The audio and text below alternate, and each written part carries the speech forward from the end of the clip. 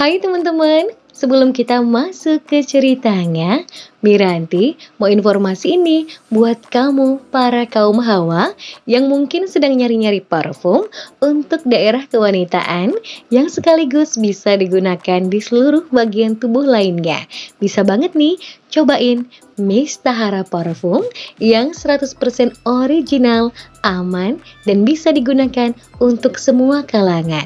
Baik itu untuk yang belum menikah maupun yang sudah menikah agar suami makin lengket kayak perangko.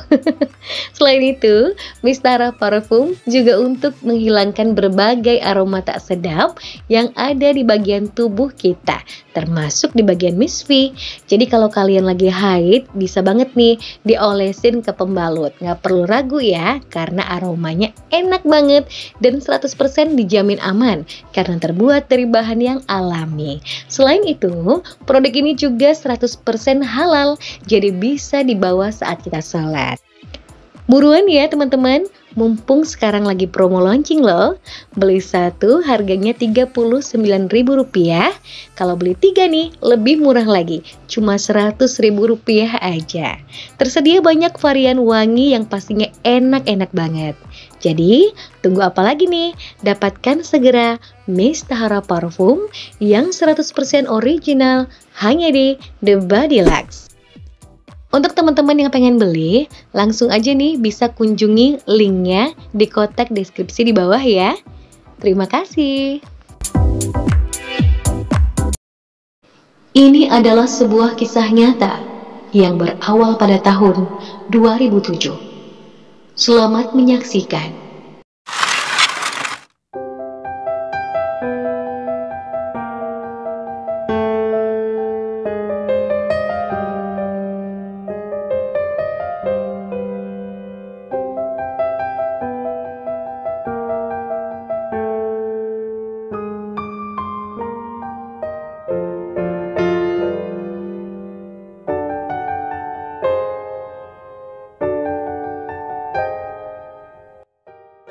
Wanita ini bernama Lindsay Ann Hooker. Ia lahir pada tanggal 30 Desember tahun 1984. Usianya 22 tahun di tahun 2007. Lindsay lahir dari pasangan Bill dan Julia Hooker yang tinggal di Coventry, Inggris. Ia juga diketahui memiliki dua saudara perempuan, yakni Louise dan Lisa. Lindsay disekolahkan di King Henry X School di kawasan Coventry. Setelah lulus dari sekolah menengahnya, Lindsay lalu melanjutkan pendidikannya ke jenjang perguruan tinggi, yakni di University of Leeds. Di sana, ia mengambil jurusan biologi dan ia berhasil mencapai gelar kehormatan kelas 1 dan lulus pada tahun 2006. Saat itu, Lindsay sudah memiliki seorang kekasih, yakni seorang pria yang bernama Ryan Garside. Lindsay berencana untuk mengejar gelar masternya, tapi sepertinya ia ingin menunda dulu hal tersebut, karena dia ingin mendapatkan pengalaman sebelum ia mengambil gelar masternya itu. Pada bulan Oktober di tahun 2006, Lindsay mulai pindah dari Inggris ke Jepang. Di sana, ia ingin mengajar bahasa Inggris dulu, dan ia mengajar di kawasan Koiwa, Tokyo cabang Nova, yang saat itu telah tercatat sebagai sekolah percakapan bahasa Inggris swasta yang terbesar di Jepang. Di sana, Lindsay berbagi akomodasi dengan dua guru perempuan asing lainnya. Diketahui, Lindsay sangat bersemangat untuk pindah ke Jepang saat itu. Dia memilih Jepang karena dia tahu betapa amannya di sana. Dia mempelajari budaya dan ingin menghormati orang-orang yang dia temui ketika dia sampai di sana. Ayahnya, Bill Hooker, membelikannya sekantung kecil bunga lavender untuk dibawa ke Jepang, sehingga Lindsay bisa memberikan bunga itu kepada orang-orang yang dia temui di sepanjang jalan. Untuk melepas rindu dengan keluarga dan kekasihnya yang tinggal di Inggris, Lindsay menggunakan email, Skype, dan juga panggilan telepon sebagai alat komunikasinya. Pacar Lindsay, yakni Ryan Garside, dijadwalkan akan berangkat ke Jepang untuk menemui Lindsay pada musim panas itu, sehingga mereka berdua dapat melakukan perjalanan keliling Jepang sebelum nantinya akan kembali ke Inggris. Orang tua Lindsay mengunjunginya di Jepang untuk merayakan ulang tahun Lindsay, dan mereka sangat kaget karena melihat betapa cocoknya Lindsay di sana. Dia berbicara bahasa Jepang dan memiliki hubungan yang ramah dan hangat dengan penduduk setempat. Meskipun terpisah jarak dan waktu, Lindsay tetap berkomunikasi setiap harinya dengan pacar, keluarga, dan teman-temannya di Inggris. Pada tanggal 24 Maret di tahun 2007, tepatnya setelah hampir 5 bulan Lindsay berada di Jepang, keluarga Lindsay tidak bisa menghubunginya. Mereka sangat khawatir, sebab selama ini mereka rutin berkomunikasi, dan tak biasanya Lindsay sangat sulit dihubungi. Karena perbedaan waktu, awalnya keluarga mengira bahwa mungkin saja Lindsay hanya pergi ke suatu tempat dengan teman-temannya. Tetapi keesokan harinya, ketika mereka masih belum mendengar kabar dari Lindsay, mereka sangat khawatir. Sebab seharusnya Lindsay mengajar di kelas pada hari Minggu dan hari Senin, tetapi ia tidak muncul untuk mengajar pada hari Minggu atau Senin itu. Dikatakan bahwa Lindsay bekerja 6 hari seminggu dan tidak pernah melewatkan satu pelajaran pun. Jadi ada alasan untuk orang tuanya khawatir dan melaporkan hal ini kepada pihak kepolisian. Polisi yang menerima laporan itu pun lalu menelusuri kembali langkah Lindsay. Setelah diselidiki, ternyata Lindsay sempat mengirimkan pesan terakhirnya di Facebook untuk pacarnya yang berbunyi, "Aku sangat mencintaimu. Jangan khawatir tentang pria yang mengejarku pulang. Itu benar-benar si Jepang gila. Aku merindukanmu." Polisi menemukan bahwa 4 hari sebelum Lindsay menghilang, Lindsay sempat memberitahu pacarnya yang berada di Inggris melalui pesan email bahwa ia telah bertemu dengan seorang pria Jepang yang berusaha mendekati Lindsay selama di kereta saat ia pulang kerja. Lindsay menceritakan kepada pacarnya bahwa pria asing tersebut pada awalnya mengatakan bahwa Lindsay adalah guru bahasa Inggrisnya. Tetapi sepertinya Lindsay tidak yakin dengan ucapan pria tersebut dan kemudian meminta si pria itu untuk mengkonfirmasi hal tersebut. Tidak sampai di situ saja, si pria asing tadi lalu mengejar Lindsay saat ia tengah bersepeda menuju jalan pulang dan kemudian meminta segelas air kepada Lindsay ketika ia tiba di apartemennya. Lindsay rupanya merasa kasihan kepada pria tersebut dan mengizinkan sang pria yang tidak ia kenali itu untuk masuk ke dalam apartemennya. Kala itu, Lindsay sempat menunjukkan pria tersebut kepada 2 teman apartemennya yang lain sebagai salah satu tindakan pencegahan jika mungkin ada hal-hal yang tidak diinginkan terjadi nantinya. Kemudian, Lindsay dan pria asing itu pun masuk ke dalam ruang apartemen. Setelah itu, ia meminta pria itu untuk menuliskan namanya, tanda tangan, nomor telepon, dan alamat emailnya. Setelah itu, keduanya pun berencana untuk bertemu kembali 4 hari kemudian di sebuah kafe untuk belajar bahasa Inggris secara private. Rencana ini pun ternyata telah diizinkan oleh pihak sekolah tempat Lindsay mengajar.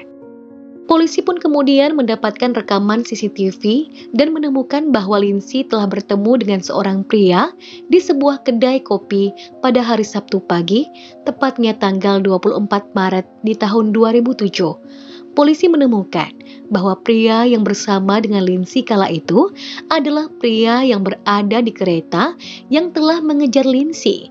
Itu ternyata adalah penampakan terakhir Lindsay yang polisi ketahui. Sebenarnya, bukan hal yang aneh bagi Lindsay untuk memberikan les private bahasa Inggris kepada siapapun. Lindsay telah memberikan les private sebelumnya dan sekolah mengizinkannya, tetapi ada aturan yang harus diikuti. Guru dan murid itu hanya boleh bertemu di tempat umum dan meninggalkan catatan dengan nama dan alamat siswa yang mereka temui. Lindsay telah menjalankan semua aturan itu dan didapatkan bahwa Lindsay telah meninggalkan nama dan alamat pria yang menjadi murid private-nya itu di sebuah catatan di apartemennya. Oleh karena itu, sangat mudah bagi polisi untuk melacaknya. Pria itu ternyata bernama Tatsuya Ichihashi dan dia berusia 29 tahun kala itu. Tatsuya lahir di prefektur Gifu pada tanggal 5 Januari tahun 1979. Dia dibesarkan di Gifu di prefektur Chiba. Ibunya adalah seorang dokter gigi dan ayahnya adalah seorang dokter medis. Setelah lulus dari Departemen Hortikultura di Universitas Chiba pada tahun 2005, Tatsuya tidak bekerja dan ia tinggal di sebuah tempat di kota Ichikawa di Chiba dengan hanya mengandalkan uang bulanan yang orang tuanya berikan, sekitar 100.000 yen atau setara dengan $760 pada saat itu. Dikala Lindsay menghilang, Tatsuya ternyata telah menjalin hubungan yang serius selama setahun dengan seorang wanita Jepang. Selama ini, Tatsuya dikenal sebagai pria yang suka menyendiri. Dia rajin olahraga nge-gym dan bersepeda 25 km sehari. Selain itu, dia juga tertarik pada manga yang berbau kekerasan. Menurut Wikipedia, manga adalah komik atau novel grafik yang dibuat di Jepang atau menggunakan bahasa Jepang sesuai dengan gaya yang dikembangkan di sana pada abad ke-19. Tidak ada yang tahu kemana Lindsay pergi setelah pelajaran bahasa Inggris yang telah ia berikan kepada Tatsuya kala itu. Sehingga polisi mulai mencari keberadaan Tatsuya untuk menanyakan apakah ia tahu di mana Lindsay berada. Polisi telah melihat rekaman CCTV yang menunjukkan bahwa Lindsay telah naik taksi dengan Tatsuya ke kompleks apartemennya setelah pelajaran bahasa Inggris itu. Polisi mengetahui bahwa itu adalah kompleks apartemen Tatsuya karena polisi melihat alamat itu sebelumnya dari catatan yang ditinggalkan Lindsay di apartemennya dan menunjukkan bahwa alamat itu tercatat sebagai alamat Tatsuya. Dari rekaman CCTV terlihat taksi tersebut berhenti. Kemudian Lindsay dan Tatsuya keluar dari taksi tersebut. Terlihat juga bahwa taksi menunggu di sana beberapa menit sebelum berangkat. Polisi pun kemudian berhasil menemui sopir taksi tersebut dan meminta keterangannya. Sang sopir mengatakan bahwa Lindsay memintanya untuk menunggu dan jangan pergi dulu karena katanya Lindsay akan kembali lagi untuk menggunakan taksi tersebut. Tetapi Lindsay tidak kunjung tiba. Padahal sopir itu sudah menunggunya selama 7 menit. Karena dirasa terlalu lama, sopir itu pun kemudian pergi meninggalkan lokasi apartemen Tatsuya. Polisi pun lalu pergi menuju apartemen Tatsuya, tetapi mereka tidak mengetuk pintu karena mereka yakin tidak ada alasan untuk melakukannya. Karena pada saat itu, polisi belum mengetahui di mana Lindsay berada dan apakah dia terluka ataupun tidak. Polisi yang ada di sana mengamati bahwa lampu di apartemen Tatsuya terlihat mati. Akan tetapi, mereka bisa melihat pergerakan dan tahu bahwa ada seseorang di dalam. Polisi pun menunggu di luar dan akhirnya Tatsuya keluar dengan menggunakan ransel di punggungnya. Polisi kemudian mengatakan kepada Tatsuya bahwa mereka perlu berbicara dengannya. Dan tanpa disangka-sangka, Tatsuya pun melarikan diri dari polisi. Polisi pun kemudian memasuki apartemen Tatsuya. Dan alangkah kagetnya mereka ketika melihat tubuh Lindsay sudah tidak lagi bernyawa berada di bak mandi yang terdapat di balkon. Di dalam bak mandi itu terdapat campuran pasir dan tanah kompos yang menutupi sebagian tubuh Lindsay. Kedua orang tua Lindsay pun diberitahu tentang keadaan putrinya yang sudah tidak lagi bernyawa. Ayah Lindsay, Bill, mengatakan kepada The Times of London, itu adalah pembunuhan yang mengerikan. Secara harfiah, tidak ada 1 inci pun dari tubuhnya yang tidak memar parah. Polisi kemudian mulai mencari Tatsuya yang telah melarikan diri itu. Pihak kepolisian segera melihat garis waktu saat Lindsay pertama kali hilang hingga saat tubuhnya ditemukan. polisi berhasil mendapatkan bahwa Tatsuya telah pergi ke toko perangkat keras lokal sebanyak 6 kali untuk membeli bahan yang berbeda yang diduga digunakan untuk mencoba membuang tubuh Lindsay. Polisi kemudian menanyai pacar Tatsuya, tetapi ia mengatakan tidak mengetahui di mana Tatsuya berada. Selain itu, polisi juga menanyai kedua orang tua Tatsuya, tapi mereka mengatakan bahwa tidak mengetahui di mana anaknya itu berada. Dan mereka juga mengatakan kepada polisi bahwa belum mendengar kabar dari Tatsuya sejak dia melarikan diri.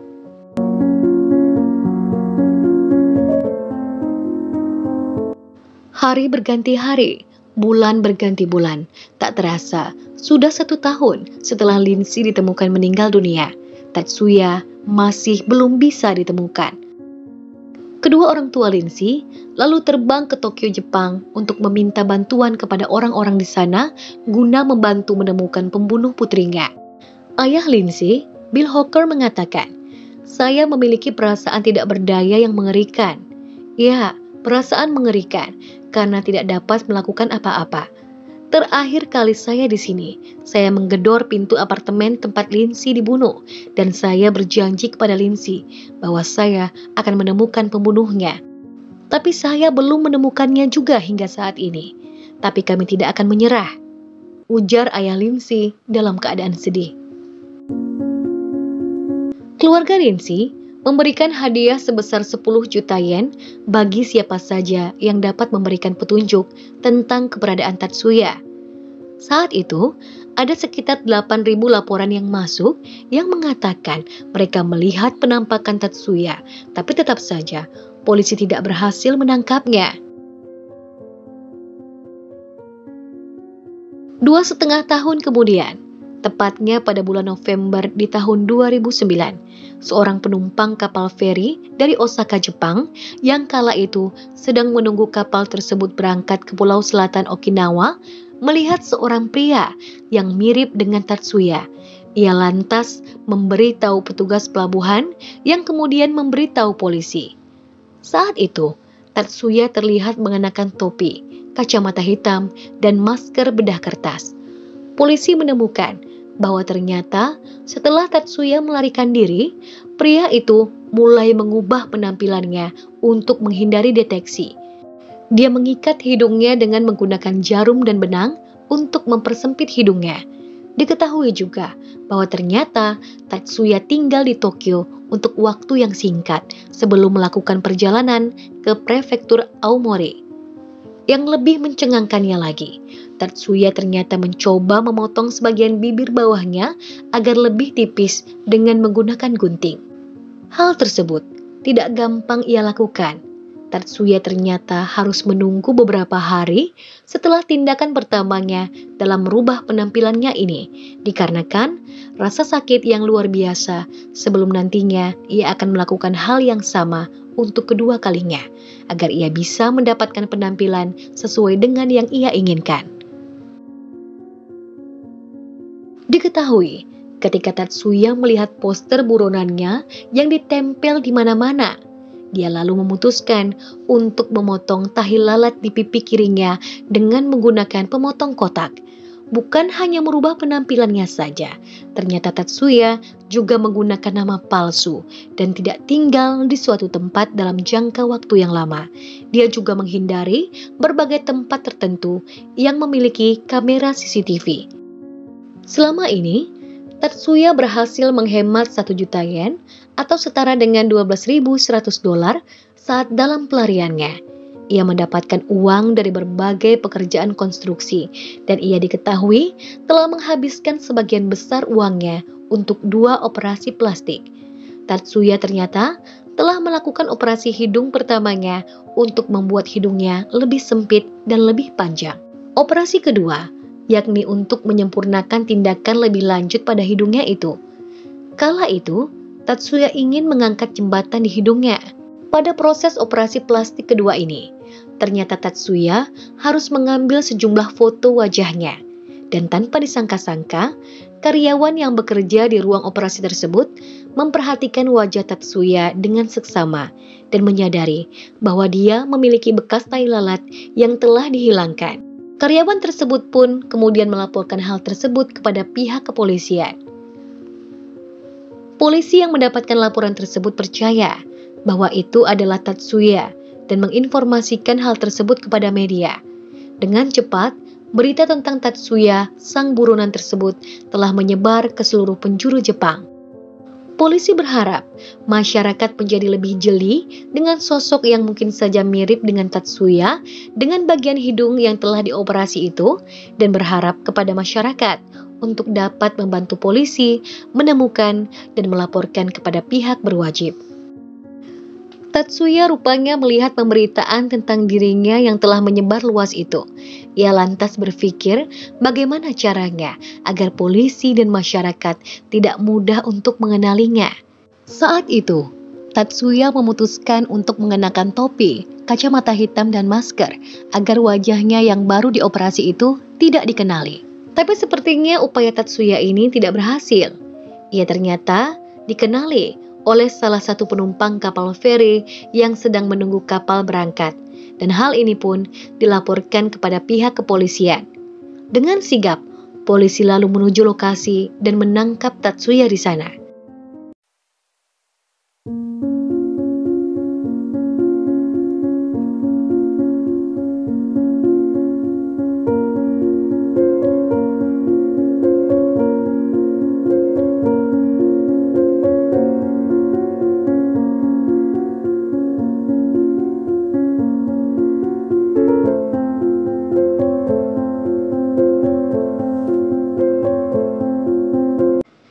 Kedua orang tua Lindsay dan saudara perempuannya lalu terbang ke Jepang untuk mengikuti proses persidangan.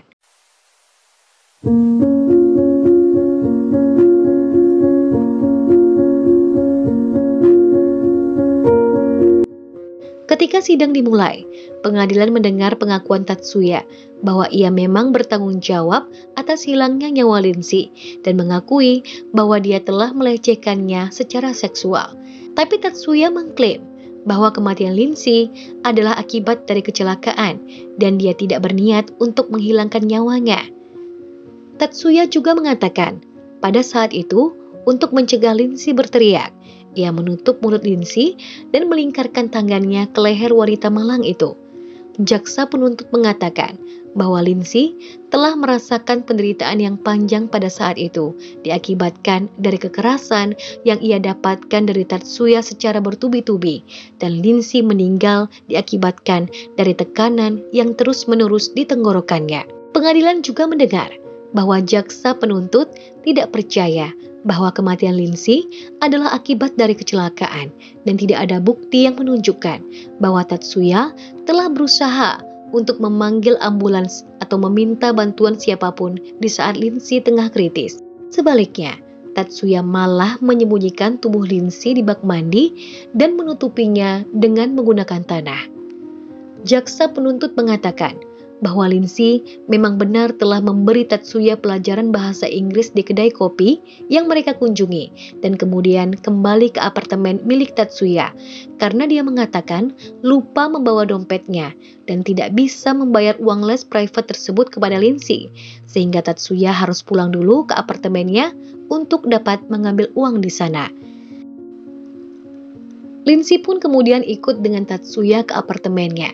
Kala itu, ia berencana untuk menunggu Tatsuya sebentar saja, yakni sekitar 1-2 menit, sampai nanti ia menerima uang pembayaran les private itu. Dan itu semua terbukti dari tindakannya.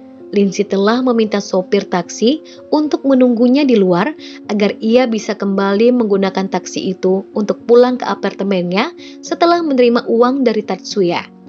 Pengadilan telah mendengar bahwa setelah Lindsay menginjakkan kaki ke dalam apartemen Tatsuya, pria itu lalu memberikan pukulan keras ke wajah Lindsay. Pengadilan juga mendengar tentang sejauh mana luka-luka yang ditemukan di tubuh Lindsay dari hasil otopsi.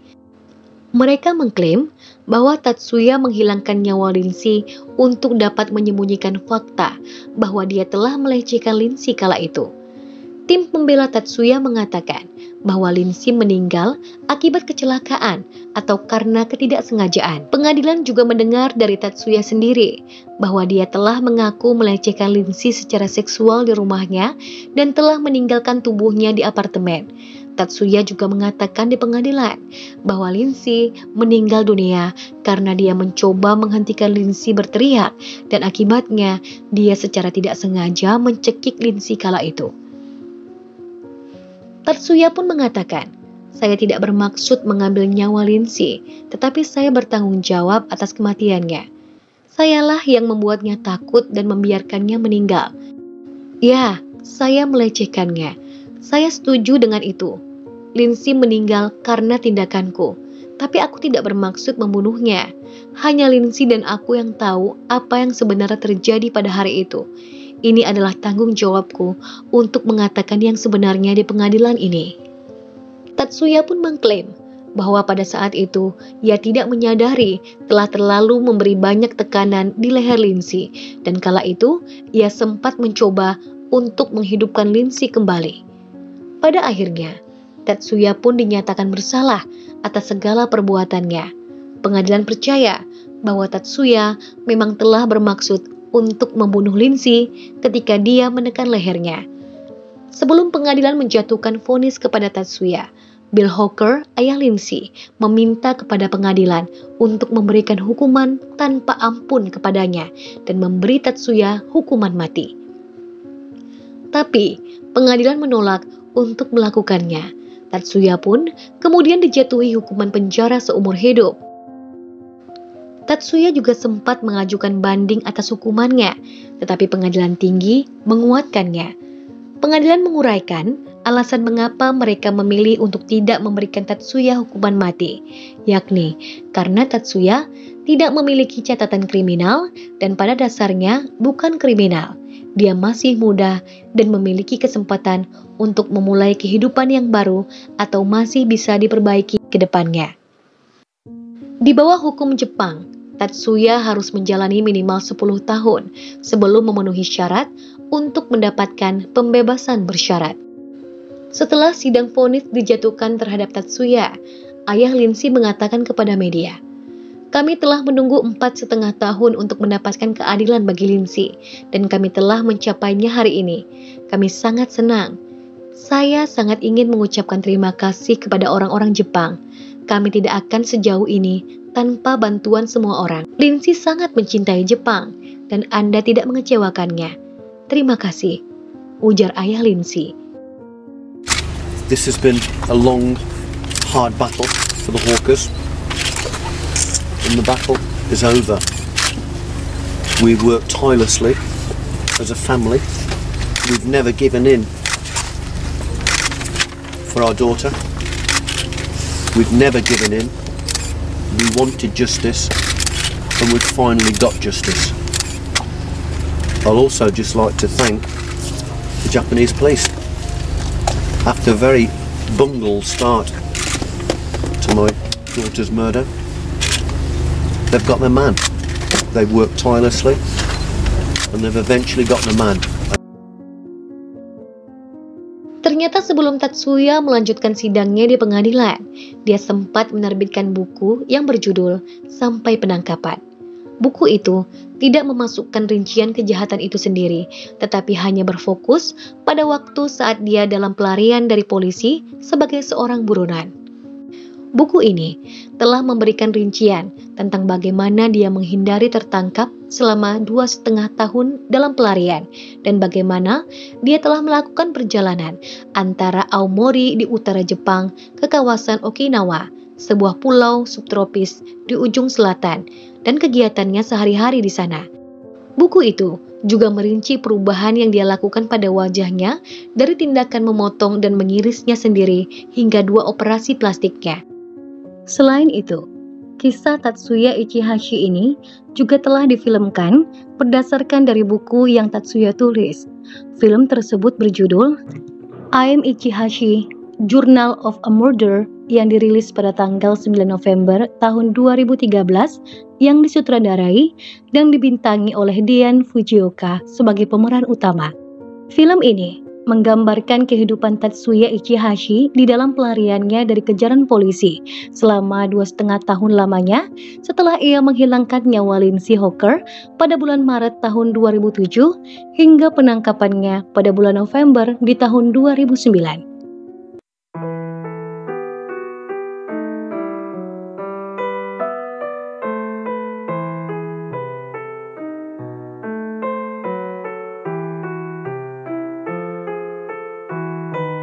Demikianlah kisah nyata yang dapat kami sampaikan untuk edisi kali ini. Semoga kita bisa mengambil hikmah dan pelajaran dari apa yang terjadi di sekitar kita, termasuk dengan peristiwa ini. Sampai jumpa pada video selanjutnya.